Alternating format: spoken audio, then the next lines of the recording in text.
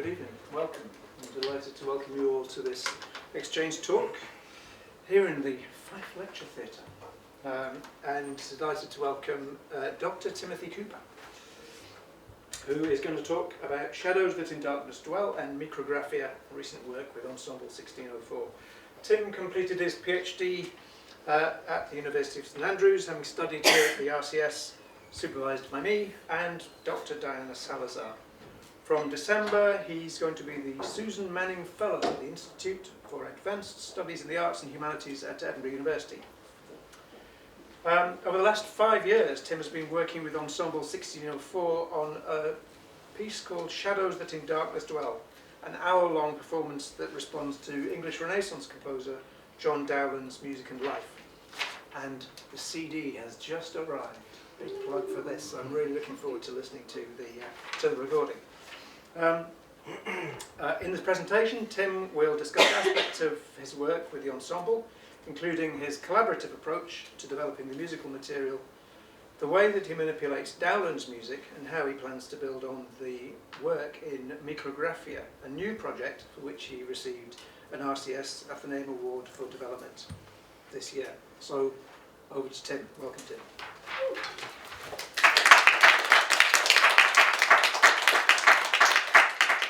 Many thanks for coming to hear me talk about my work with Ensemble 1604. We are an ensemble who explore contemporary music composed for period instruments, exploring the music and history of the Baroque and the Renaissance.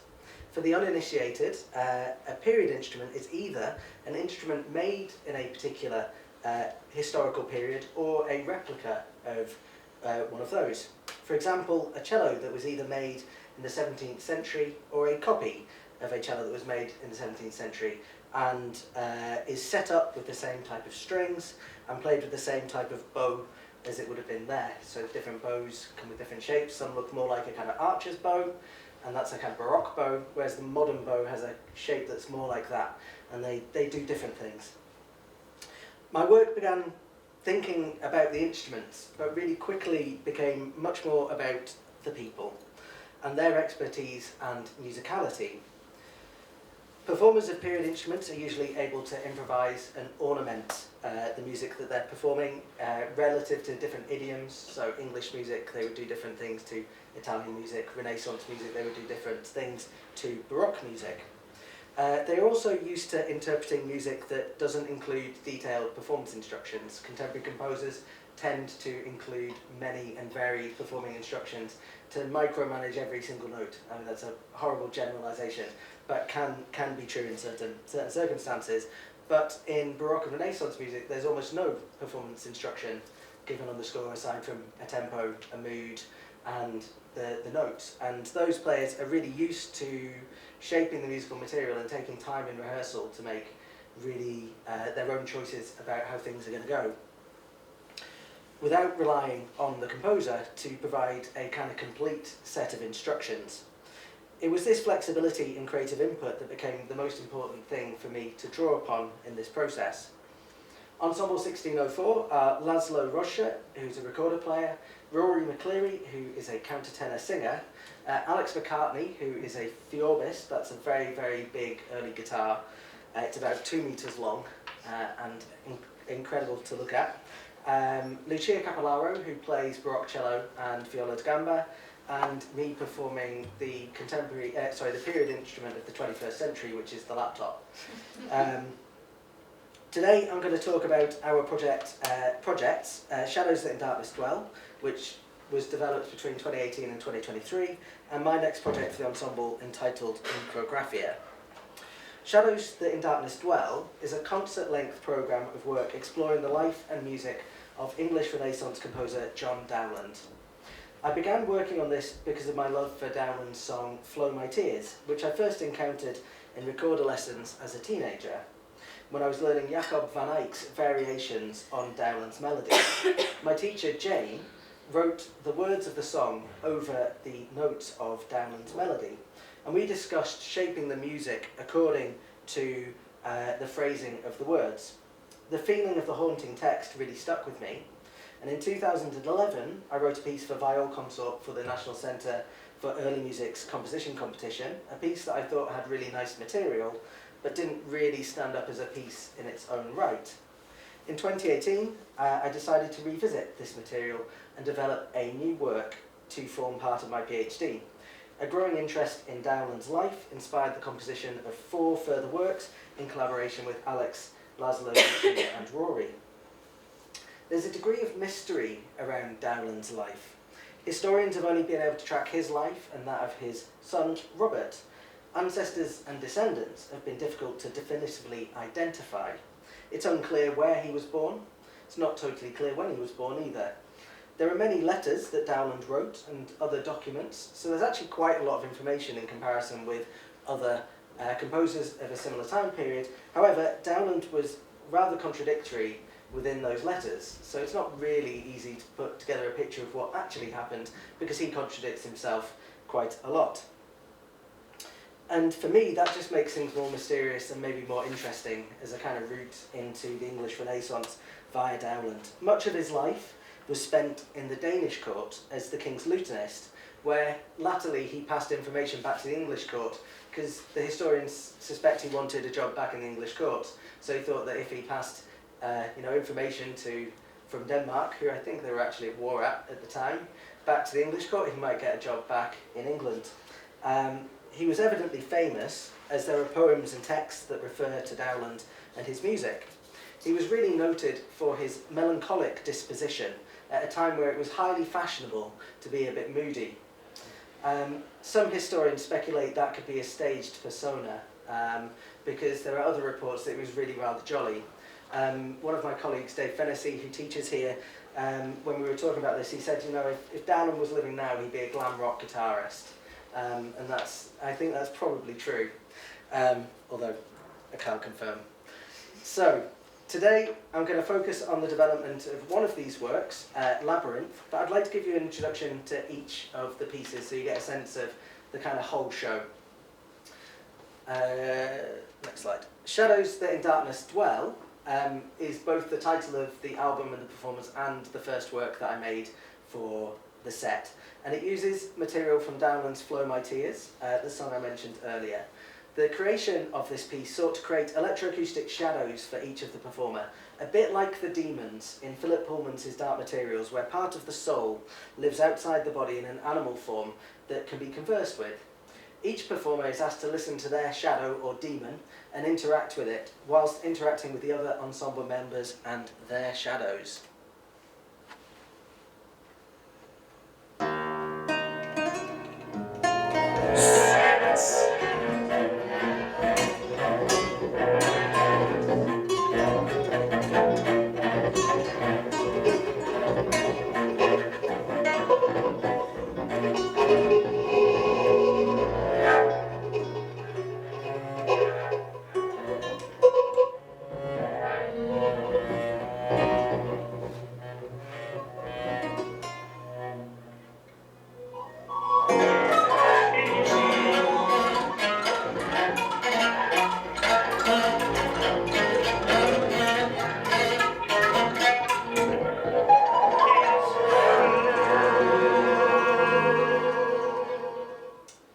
Heavenly Touch was inspired by a sonnet by Richard Barnfield that refers to Dowland, saying, "If music and sweet poetry agree, as they must needs, the sister and the brother, then must the love be great twixt thee and me, because thou lovest the one, and I the other.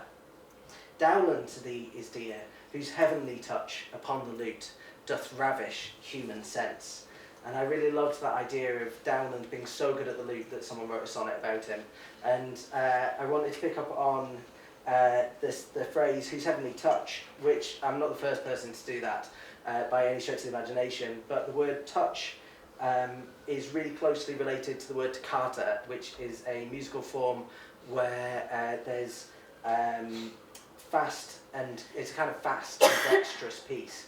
And this piece formed a kind of really important part of the whole set, in that a lot of the music is really dark and often quite moody, and this piece kind of lightens the mood just for a little bit, and I realise I've just chosen the bit that doesn't really lighten the mood from this piece, but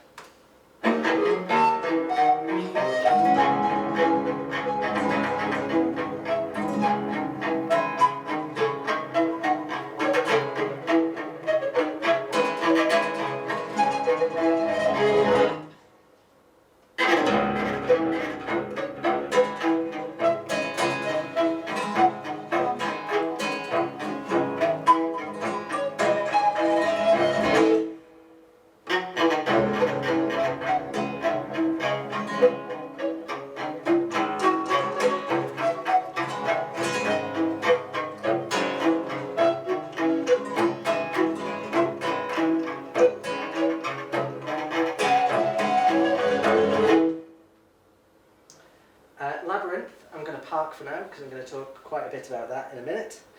Flow My Tears, this is our arrangement of Dowland's melancholic lute song. Flow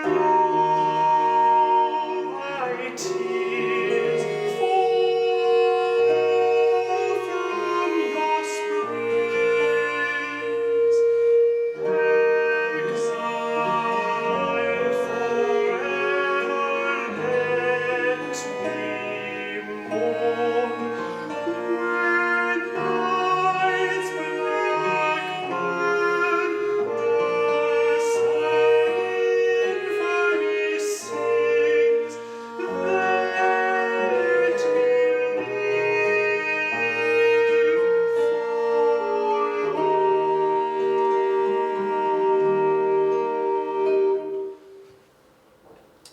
The Narrow Way uses text by William Prynne, a devout Puritan philosopher who wrote a book denouncing popular Renaissance entertainments, including music, theatre and dancing. Prynne refers to Dowland's music, his Lacrymae Pavane, saying, "Alas, there are few that find the narrow way. And those few, what are they? Not dancers, but mourners. Not laughers, but weepers, whose tune is Lacrymae, whose music sighs for sin, who know no other cinque pace but this, to heaven." And my piece is a kind of musical riposte to Prynne's point of view, where Renaissance dance music gradually asserts itself over Prynne's text as a celebration of all of those good things like dance and music and laughing that Prynne denounces. Alas, there are few that find the narrow way.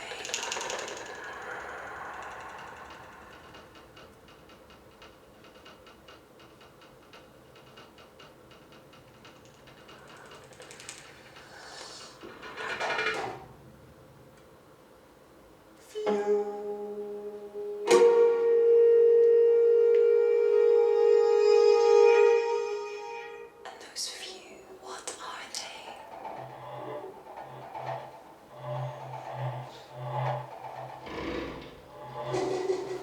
Not dancers, but mourners.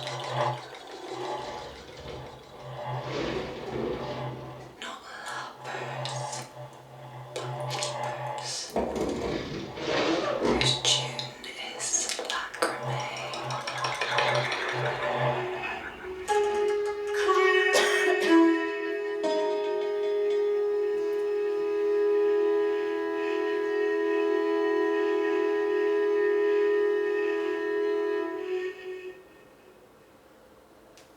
The final work, Semper Melancholia, is based on Dowland's Semper Dowland, Semper Dolens, which means always Dowland, always doleful, or always miserable.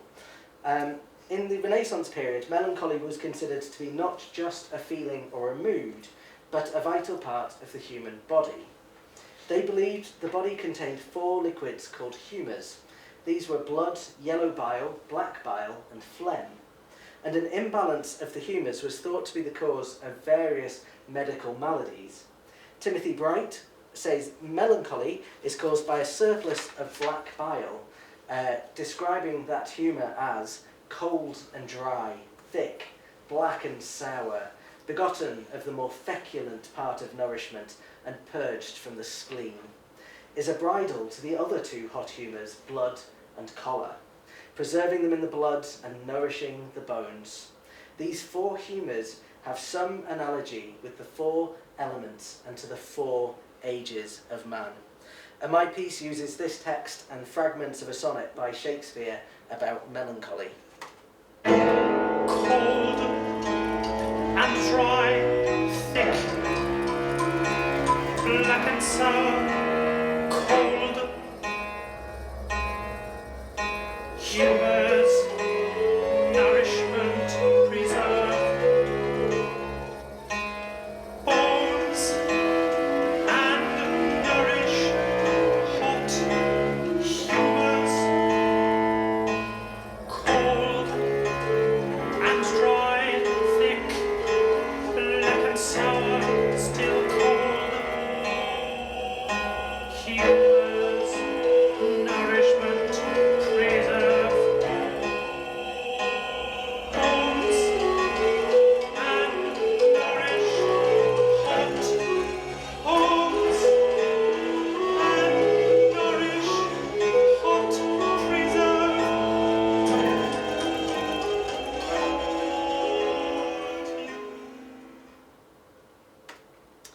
Labyrinth for Baroque cello and electronics was composed in collaboration with Lucia Capellaro.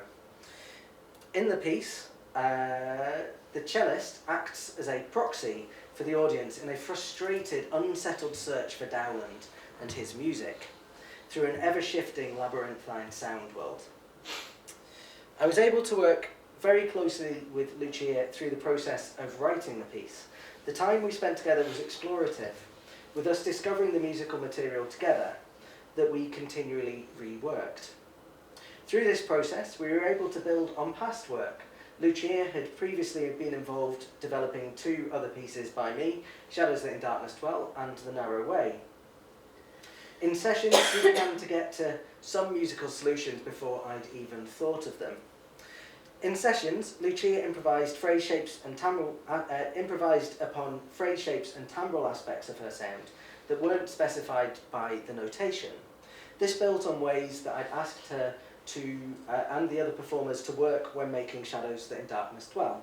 For example, during sustained sounds, Lucia will often change the timbre of her sound, perhaps making it gradually more ethereal, which is something that I'd asked her to do several times in Shadows That in Darkness Dwell. Her ability to continuously shape her sound in response to the electroacoustic music has been important in the development of the pieces, as it mirrors the way that the way that I shape the electroacoustic sounds, which are often very dynamic and rarely completely static. There would always be some development of one or more parameters of the sounds that I made. This is important because Labyrinth is a work made by 2 people with an ongoing musical relationship, which allowed us to go deeper into the material than in previous pieces, making the collaboration richer. One aspect I explored with Lucia was her physical, tactile relationship with the cello. In this piece, I wanted Dowland's music to appear more fleetingly, but that Lucia should still feel a kind of familiarity. So even if she's not playing music that she's familiar with, in the more contemporary music, I wanted it to still feel like she was playing a Baroque cello, and that it wasn't just a modern cello. Or I wasn't just kind of using the Baroque cello as a kind of curiosity. That it was really an intrinsic part of what she was doing.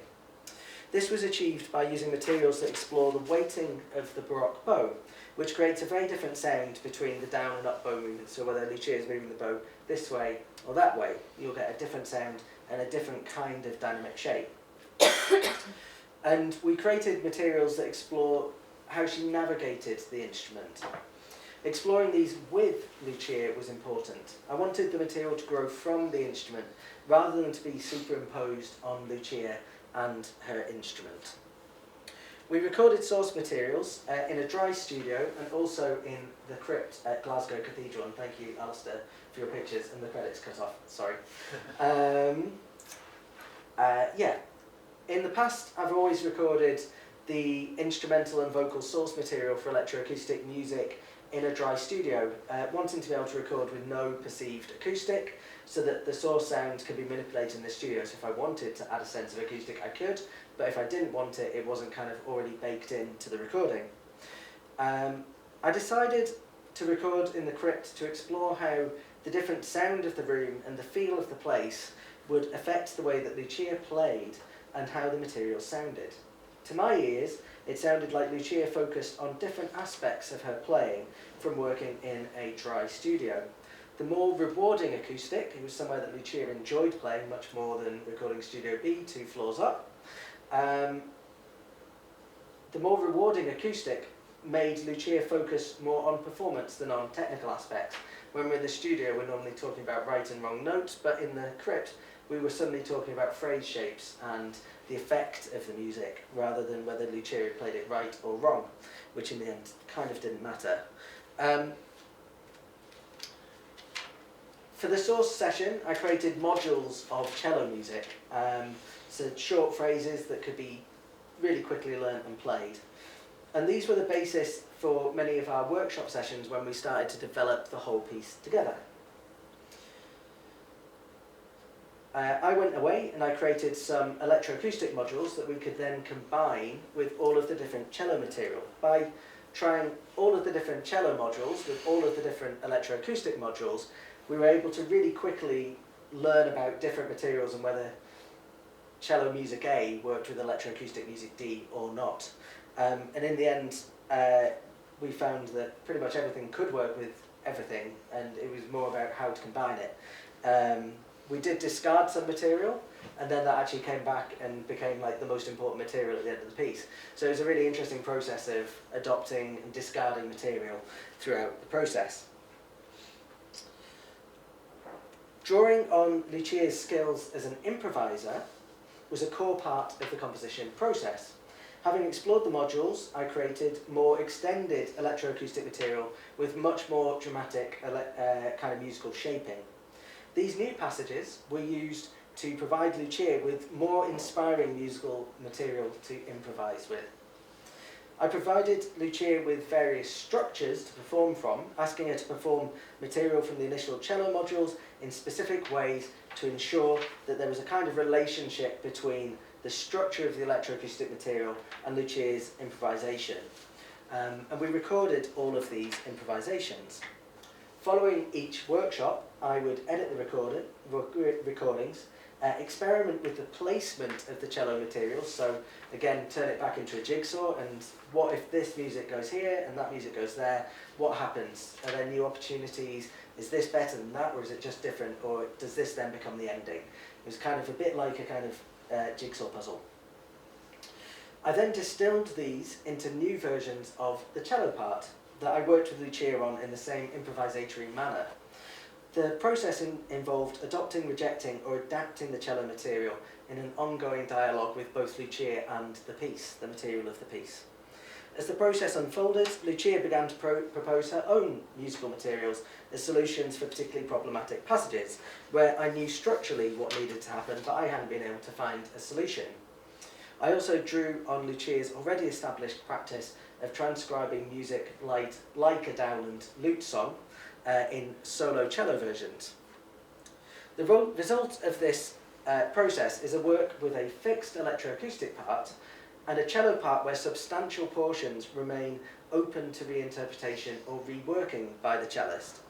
The score is just one version of the piece, and that's distilled from all our sessions together into what I call Lucia's version.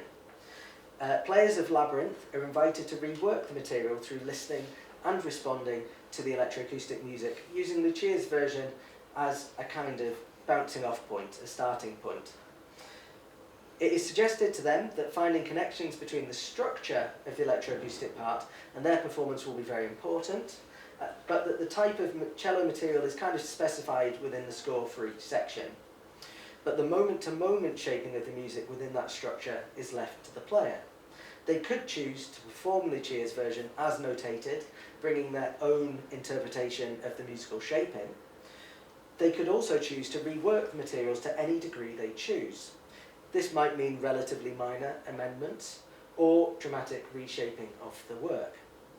While distilling the materials, I felt a kind of tension between the way the material felt when improvised and when performed for the notated score. Lucia often felt that there weren't enough cello notes, when she was reading off the score in passages of fast music, especially when these were transcriptions of past improvisations that Lucia had done. She talked about the sense of time passing being different when improvising versus performing from the score, that the music felt slower when she had a score to follow. When the material is notated, she told me that she needed much less thinking time, so found that she felt that she should do more in those passages. From my perspective, it wasn't actually that important whether she did more or less, but that there was a sense of spontaneity, whether the music is read from the score or improvised. Some of this spontaneity comes from leaving much of the score reasonably bare in terms of performing instructions like dynamics and articulations. This further relates Labyrinth to Renaissance music, where it is common to find music with almost no performing instructions aside from a tempo marking, the musical notes, and the odd dynamic marking. I hope that this will give a degree of familiarity for period performers, and that making decisions over these aspects of the music makes it feel more open to their interpretation. Leaving these aspects open is also intended to encourage the performers to listen closely to the electroacoustic part and to match the energy of their performance to what they're hearing. Our discussions of how performing from a notated score felt resulted in some final amendments to the score. I'd like to share with you 3 examples of how Lucia's creative input shaped the composition process of the work. This first example is of cello material that draws on the notion of tactility that was so important in the creation of the cello music. These gestures were created with Lucia to create a sense of fluidity in the way that she played, rather than having to use the bow in a kind of mannered or disconnected way. Each gesture in this passage is made up of a combination of 3 possible things. So a dramatic accent, which would be played with the bow like this, a dramatic crescendo, where the sound gets louder, where the bow will be played like this, and then using the very end of the bow, called the tip, the bit furthest away from where Lucia will hold it, to play what's called a tremolo, which is a kind of trembling sound. And the cellist can freely combine these 3 ingredients in response to the electroacoustic music. And what it meant was that instead of doing lots of shapes that look a bit like this, Lucia could do this and then vibrate the bow, and then that, and then she could start again. So it's using the way the bow is weighted to create something that creates a real sense of fluidity and a sense of, and allowing Lucia to feel kind of spontaneous instead of kind of hacking away at the cello in other ways. It's also drawn from the weighting of the bow is really important because that's something that Lucia is really used to, and other Baroque cellists would be really used to.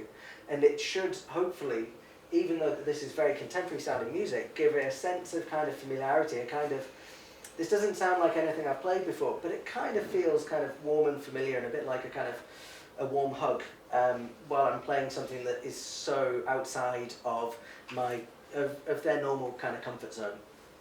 And yeah, this, the last thing to say is the kind of bracket shape above them is actually an adoption of a Baroque bowing marking called a hook. And in a hook, the music is to be played under one bow. And so everything that is under one of those hooks is to be played in one bow. So that's just kind of confirmation for the player that I really, really do mean what I say with the different bowings. So these markings above the notes, for anyone who's not a music reader, they're bowing markings, and they tell you whether it's played with a down bow or an up bow. And yeah, this passage sounds like this.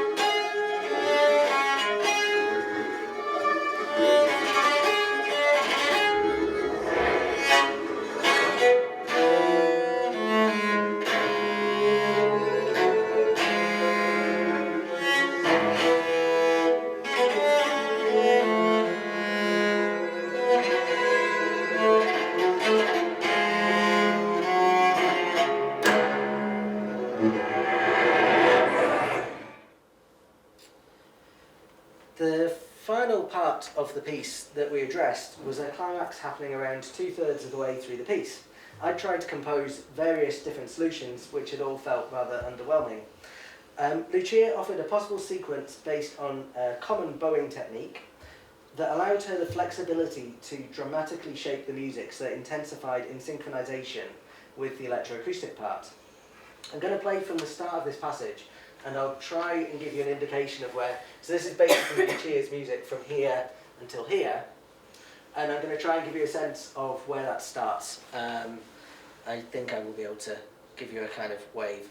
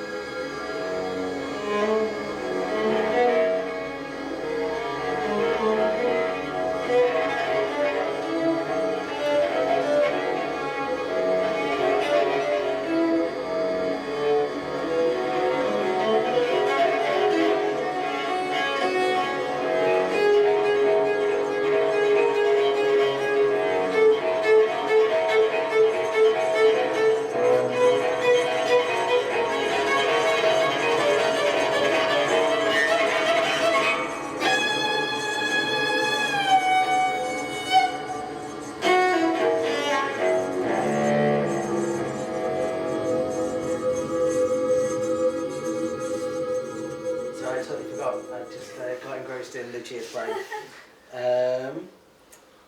But yeah, that section needed a kind of sense of direction all the way from the start to the end of that. And without Lucia saying, well, I could play this, I don't know that I would have got there. Or I'd have got to somewhere totally different. My final example of Lucia's input is a realisation of fragments from Dowland's lute song Sorrow Stay, which are embedded within the work. The transcribed version at the top, I agreed with Lucia based on what she'd played. So I gave Lucia this second version, and she turned it into something that fit on the cello. And she did that for all of the different ones, and then we kind of reverse engineered what we would put in the score. Both versions are supplied to the performers in the front of the score with the instructions that you can kind of make of this what you want to. So if for another player they actually want to highlight different things within the original Dowland song, then that's fine, and that would be absolutely up to them. So it allows them to kind of cross-reference from like, okay, this is where I play this, but this is what I might play, and if they wanted to, they could cut it out and stick it in and play from that, or whatever. That, you know, that I would not be that precious about that. And it's a kind of extended passage towards the end of the piece.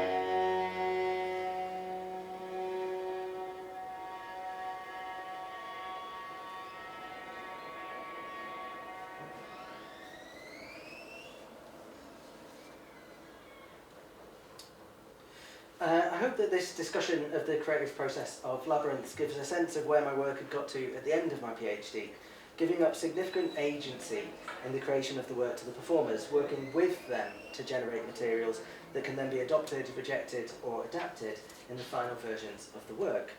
This is the starting point for my new work, Micrographia, which I've taken a first few tentative steps towards. With Ensemble 1604, I want to create a new work that responds not to the music of the Baroque or the Renaissance or to a particular composer. And when searching for inspiration for another work, I came across the 1655 treatise Micrographia by Robert Hooke, which is credited as the first major book to share observations made through microscope and telescope lenses. Micrographia comprises 60 observations documented as written descriptions of experiments and reproductions of incredibly detailed hand-drawn images of the observations that Hooke made. And as Jackie said, this is a research power flex when you bring the book to the talk. And the book is full of these amazing images that Hooke drew, and then were obviously reproduced through printing technology. If anyone wants to, if anyone wants to look at the book, welcome to pass it around. Anyone? Yeah, Abby's saying yes. There you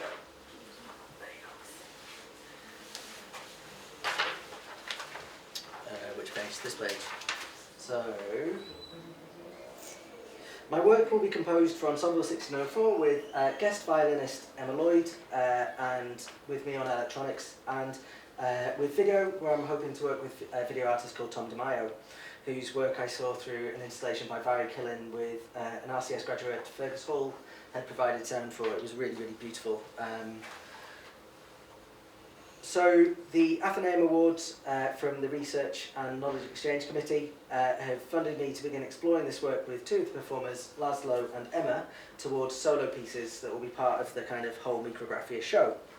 I'm working with Emma towards a piece responding to the chapter Observations of the Contexture and Shape of the Particles of Feathers.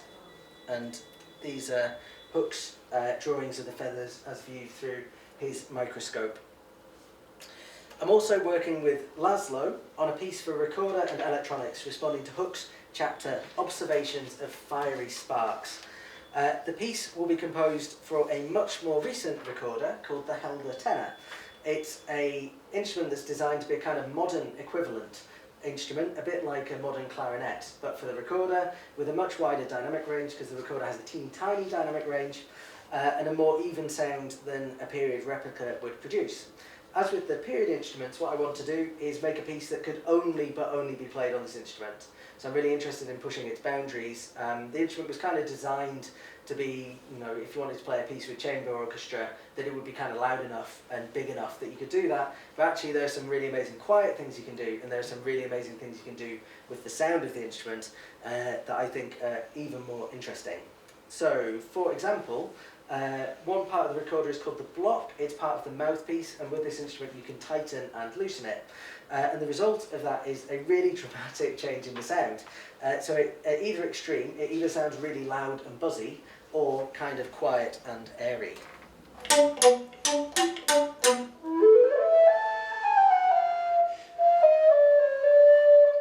And I should say that Laszlo wasn't really exaggerating anything when he played those. He played those with like the same amount of air and roughly the same amount of tongue, and that's the resulting difference from just the design of the instrument. He maybe exaggerated some things a little bit, but we were trying to do not a science experiment, I'm not really interested in that, but to find out what the instrument did if he just played it, and that's the kind of result in difference. There are also added keys. These allow a far greater dynamic range whilst maintaining a consistent pitch, which is a real challenge for the recorder. And the added keys also allow really, really quiet, beautiful high notes, and that's something that Laszlo really wants to explore because he feels like that's something he's never been able to do before. I chose to use Observations of Fiery Sparks for Laszlo's piece, partly because in Shadows we did lots of fiery material for the recorder, and it felt like a natural next progression for what we've been doing, and so I'm hoping it's going to be a good fit for this project. There are two things that I really, really love about this chapter in Hooke's book. One is how rational the descriptions are until all rationality suddenly disappears. The other thing I really love about them is the detail within which he describes his experiments. Hook's experiment is all about creating sparks using a flint and steel struck together. He then looked at the resulting specks that he put a piece of paper down, struck a flint, and he's like, where did it go? And then he put his microscope over it to see what was on his little bit of paper. And he discovered that they were small bits of metal, which is maybe not so surprising for us, but for him I think it was maybe quite surprising. He hypothesized that the brighter sparks were hotter, and that's why the metal globules were more round and reflective. So in his words, he says, it's a very common experiment by striking with a flint against a steel to make certain fiery sparks to fly out from between those two compressing bodies. I had a great desire to be satisfied what that substance was that gave such a shining and bright light. I found certain very small black but glittering spots of a movable substance, each of which, examining with my microscope, I found to be a small round globule. Some of which, as they looked pretty small, so did they from their surface yield a very bright and strong reflection, and that's the reflection in his drawing. On the side which was next to the light, so he held a light and then he moved stuff in between it, and he saw these reflections. And each looked like a pretty bright iron base whose surface was pretty regular, such as is represented by the figure A. He goes on to describe the different variations in the small pieces of metal. Others I found which were, as to the bulk of the ball, pretty regularly round, but the surface of them was not very smooth but rough and more irregular, so was the reflection from it more faint and confused, and that's in B, C, D and E. Some of those I found cleft or cracked.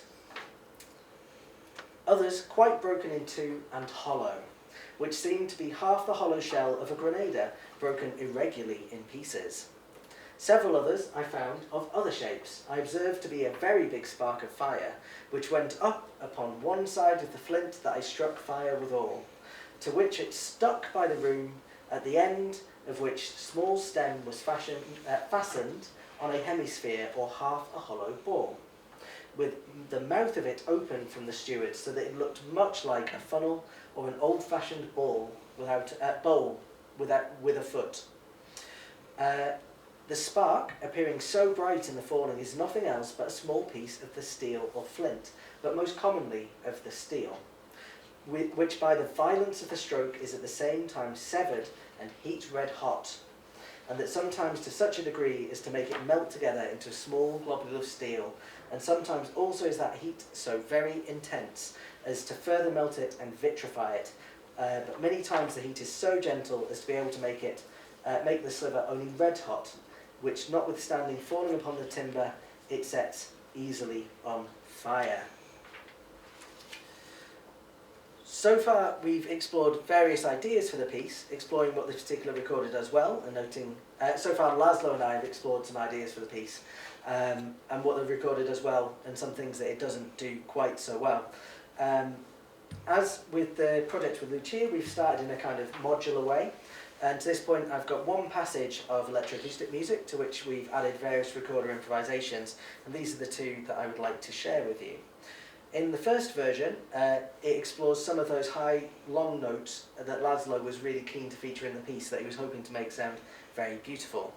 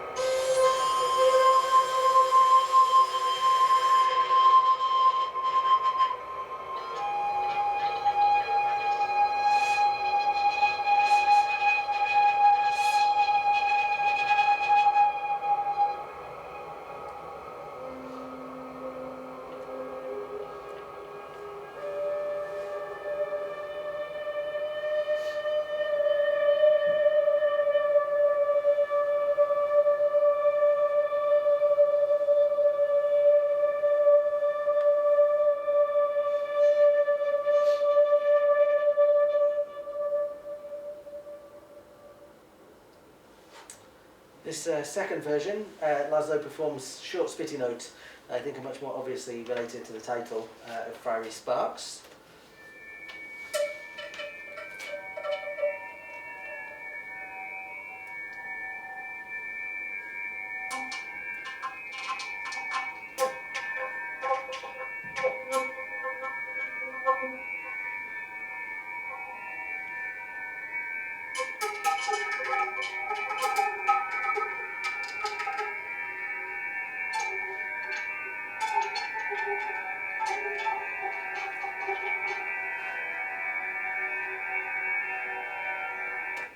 This is one of those talks where it's not so much conclusions as next steps.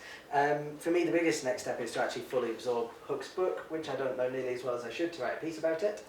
I want to make sure I use a cross-section. There are 60 experiments, and there are kind of families of experiments, like looking at little things, looking at plant life, looking at animal things. And I want to make sure that I kind of fully represent the book if I can.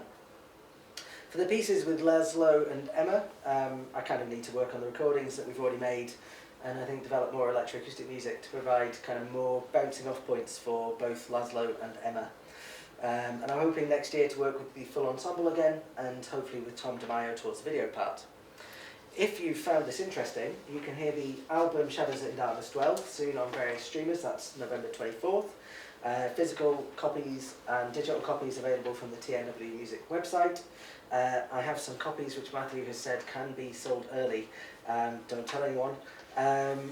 We're also going to be performing the whole show at the Nightwood Festival on December 15th. The night before, on December 14th, we're going to be doing our period music influenced version of Terry Riley's In C, which is hopefully going to be a lot of fun. The whole festival looks like it's going to be really exciting, so hopefully see some of you there. Thank you so much for listening. I'm very happy to take any questions that you have.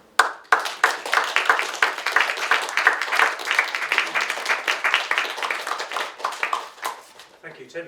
I look forward to listening to the CD. I start, if I may, with a question. One of the things you didn't talk about, you could talk about everything, but in Shadows That in Darkness Dwell, you hinted about the demons, the shadows behind the players, and that's a piece that sits with several loudspeakers, with six loudspeakers, and has a particular kind of technical setup. I wonder what your thoughts are about how Micrographia might end up, if it's going to be something similar, and also where you imagine the performance.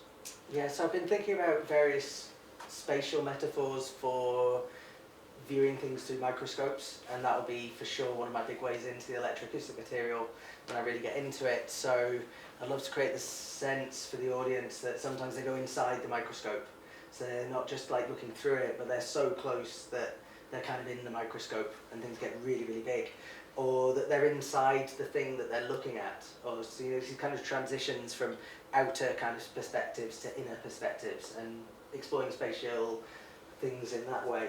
And so I'm kind of at this point assuming that I'm going to have some sort of idiosyncratic speaker system where there's kind of like an inner ring of speakers or inner array of speakers that point into the audience, so that I can create things that feel really close and zoomed in on, and a kind of outer array of loudspeakers to create those senses of space, a bit like the kind of atmos in a kind of film, where there's sounds that make you feel like you're in a room, and then there are sounds that make you feel like, oh, that's right next to me.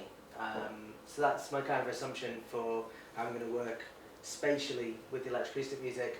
I'm really interested to look at making the piece in the round, maybe, so that the performers would be inside the audience, but that then precludes doing certain things spatially. So one of the most important things for me about spatialization is that a stage gives a frame of reference, and action happens around it. It's like the screen in cinema. It's a focal point that allows you to say, these sounds are further away than those things you're looking at on stage. That would be much harder to achieve if the audience are all looking in at the players and the speakers are all behind them. Much harder to create a sense of inner and outer, possibly, if it's in the round. But I really like the idea of that piece being very, very intimate. Also, that would then give the opportunity to kind of project onto the players. So rather than using a screen, make the stuff that's being projected project onto the performers, which will give it a sense of three-dimensionality, kind of for free, if you like, because the things will be projected across physical surfaces, and so you'll get all kinds of shadows and interplay between the bodies of the players and the video work. Thank you. Right. More questions? Hello? Right. Which came first, the players or the DAO? Like, did you kind of come to? It did kind of. You have an opportunity to work with these players, and that led to thinking about early music sources, or was it a case of you had this material you really wanted to work with, and just finding the people who could do that? It was all a little bit fortuitous. So I had the 2011 piece that had kind of stuck with me for a while as like, that's some of the best material I've written, and it really deserved a better piece. I was actually visiting a summer school that I'd attended for early music performance. One of the recorder teachers was retiring, and my old teacher Jane was doing a concert for Alan. And so I went to that, and chatting to one of Jane's other ex-students called Una, was saying, you know, there aren't that many early music players in Scotland. I've got this project I'd really like to do. It's a bit of a shame. I'm not really sure what to do. And he said, oh well, there's been a bit of an exodus from London of people who play with the Dunedin consort, but fancied a nicer lifestyle than living in London. So moved to Glasgow, and so Una put me in touch with a few people, and it all sort of happened kind of quite quickly. I talked to Matthew Whiteside, who I should have mentioned by now. So Matthew, who runs the night with, knew that I had this idea for a piece. He said, send me 100 words about it and I'll have a think, and then he sent me an email a week later saying I'd like to commission the piece. As with many of these things, it was a few things kind of aligning at one time. But in terms of the conceptual thing, I had the material, I knew kind of what I would like to do. I didn't know at that point whether I wanted to work with a mixed ensemble, which is what I did, or to continue to work with a viol ensemble.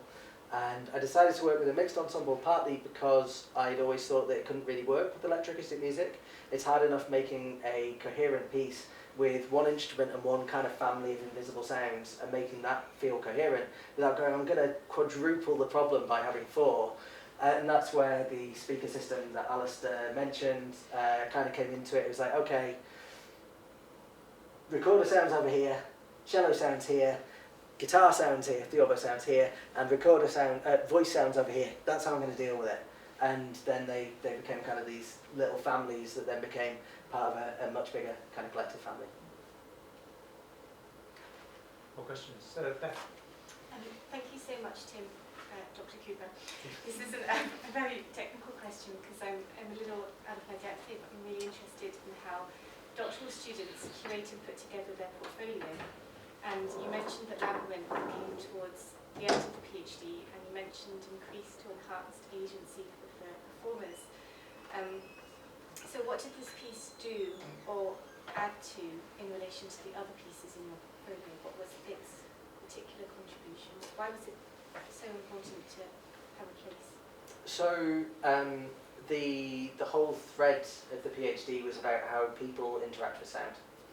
And it started with a piece for tubular electronics that for a very, very long time was not really very successful as a piece of music. And where I'd started with a kind of improvisatory sort of practice with the tuba player Danielle, where she played some stuff, I processed some stuff, and it all sounded very nice. And I was taking my tuba and I said, yeah, this is very nice, this is good, make more music. And then I tried to kind of formalise what I'd done, and the piece got worse. And it got a lot worse for quite a long time. And it was like, oh, is it a piece of music? Is it durational installation? What is it? It's kind of too static for a piece of music. It's not really doing anything. For a durational installation, is it long enough? You know, it's not really doing something. And so in that piece, we went back to improvising. And what I found was Danielle was a really good improviser and really good at playing anything I wrote in a score. And if I didn't write it in the score, she just didn't play it. So all of these things that I kind of took for granted, it's like, you did them before, just do them.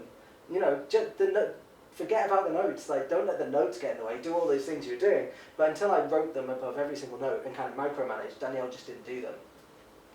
And that was really interesting. And it was then a while before I then wrote for instruments again. I made a couple of installations that again were all about how people interacted with sound in different ways. And then I started working with the ensemble, and basically half the folio was 3 of these Dowland pieces. and they all kind of gradually became more collaborative and more about understanding how that collaboration was happening. And I would love to say that there was a kind of rationale, there was a kind of organised way of doing it, and I could kind of rinse and repeat and publish it as a kind of like, if you do this you will get good collaborative music, but it really was much more straightforward in that we sat in a room together and we worked together for a long time, and through trusting the process and trusting each other over a period of time, stuff emerged. And so the thing that Labyrinth does most that the other pieces didn't do is that allowing of agency within the piece. It is the most improvisatory of the pieces, but the way that the improvisatory framework, that sounds very researchy, but the improvisatory kind of practice fits within the piece was really particular in Labyrinth, in the way that it related less to the music of the Baroque and Renaissance, but more to the kind of physical feeling of playing music from the Baroque and Renaissance that then got kind of expanded into a much more electroacoustic language for the cellist. That is the piece that feels less familiar stylistically for the players, but most familiar physically for the players, which is kind of interesting, I think. Just about out of time. Is there any last short question? Tom? Just quickly, before I ask a question, Tim, I have the book if Okay. anyone wants to take a quick look at it before the end, but thank you so much for your talk, and I'm curious, when you're doing the kind of collaborative practice where you're one part of the duo with Lucia, for example, how do you view your role with the electronics? Do you view yourself as being a kind of performer within an ensemble, or is it a kind of wider thing about context and creating a kind of environment? Yeah, I think environment in terms of like an environment we can work in, or like a sound environment, or both. Both, I guess. Okay. Yeah. So I think that sense of atmosphere or environment is really important, because that gives the kind of context for stuff to happen inside of, and that is really baked into my language anyway. So I think if I composed in a different way, of course the result would be different, but because I compose with this way of creating what I hope are kind of tangible sound worlds that people can imagine themselves inside, there's a sense of dimensions. You could close your eyes and go, you know what, I don't know what room I'm in, but the walls are about that far away, and I don't know what room I'm in, but I could just about reach out and grab that sound. And that's really important, that sense of things ebbing and flowing within the space, not just as a kind of musical shape, but as a kind of visceral spatial quality to the sound. In terms of the practical side, all of the material in these pieces was fixed. I don't know if that was purely a pragmatic choice, in terms of if I was trying to also perform the laptop while also following what everyone else is doing and commenting.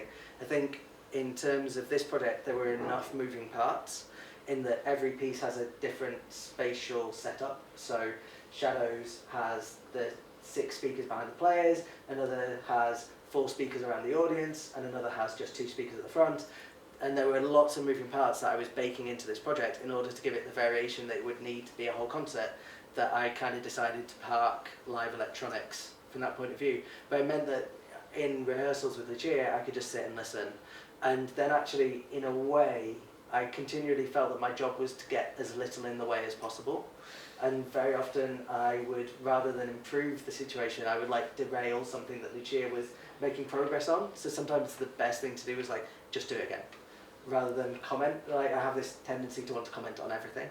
It's like, actually, sometimes when we recorded the piece, I think Lucia had figured this out. She said, can we do sections on a loop? So I'll do it 6 times and then we can talk. And that was super successful, actually, because she got really into the mood of a section. And then actually it was like, okay, so can we just do like this fragment once more, because we've not got a version of it. And then that was fine. So does that answer your question? Yeah, no, absolutely. Yeah. Thank you. Yeah. Thank you. Thank you, Tim.